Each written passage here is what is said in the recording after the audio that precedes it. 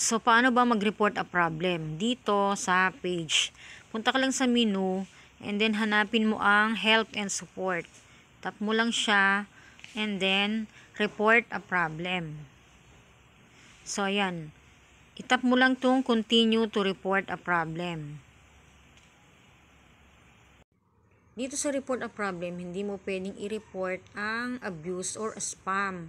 Halimbawa, violence, criminal behavior, or offensive content. So, ayan. Bago kayo mag-report a problem, screenshot nyo na yung mga issue or yung mga concern nyo.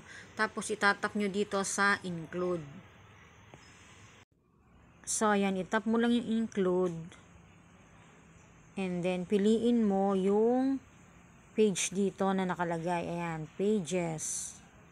And then, dito, itap mo lang tong upload from phone. And then, i-describe mo yung issue.